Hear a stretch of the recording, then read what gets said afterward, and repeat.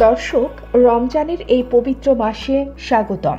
আজ আমরা আলোচনা করব কিভাবে ইফতার ও সেহরিতে স্বাস্থ্যসম্মত খাবার খাবেন আর কোন খাবারগুলো এড়িয়ে চলবেন, কারণ রোজার সময় আমাদের শরীরের বিশেষ যত্ন নেওয়া জরুরি। চলুন তাহলে ভিডিওটি দেখে আসি।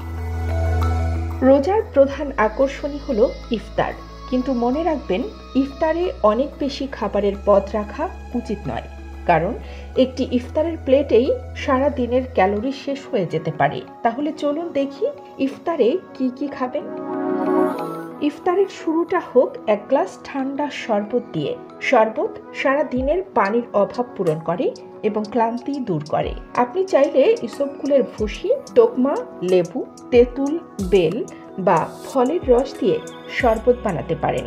ডাবের পানি খেতেও পারেন, কিন্তু কোমল পানীয় খাবার টেবিলে একেবারেই রাখবেন না। ইফতারে ছোলা, মুড়ি, পেঁয়াজু, বেগুনি বা আলুর চপ রাখতে পারেন, তবে মনে রাখবেন তেলে ভাজা খাবার এক বা দুটোর বেশি নয়। বেশি তেলে ভাজা খাবার বদহজম, গ্যাস, ওজন বাড়ানো, এমনকি রক্তে চর্বির পরিমাণ বাড়িয়ে দিতে পারে। ইফতারে কাঁচা ছোলা, আদা, পুদিনা পাতা আর অল্প লবণ দিয়ে মেখে খেতে পারেন। এটা কোলেস্টেরল কমাতে সাহায্য করে এবং খুবই উপাদেয়। ইফতারের পরিমাণ হবে অন্য দিনের সকালের নাস্তার সমান। বেশি খাবেন না, তাহলে সারাদিন রোজা রাখা কঠিন হয়ে যাবে। এবার আসি সেহরির কথায়। সেহরি রোজার সবচেয়ে গুরুত্বপূর্ণ অংশ। অনেকেই আলসেমি করে সেহরি বাদ দেন বা খুব কম খান। এটা একদম ঠিক নয়। সেহরিতে পুষ্টিকর খাবার খেতে হবে, কিন্তু গুরুপাক নয়। সেহরিতে ভাত বা রুটি, মাছ, মাংস, ডিম, ডাল, সবজি আর এক গ্লাস দুধ বা দই রাখুন।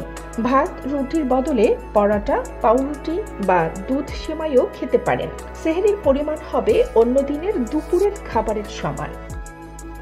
একটা জিনিস মনে রাখবেন, রমজানে বাসি খাবার একদম খাবেন না।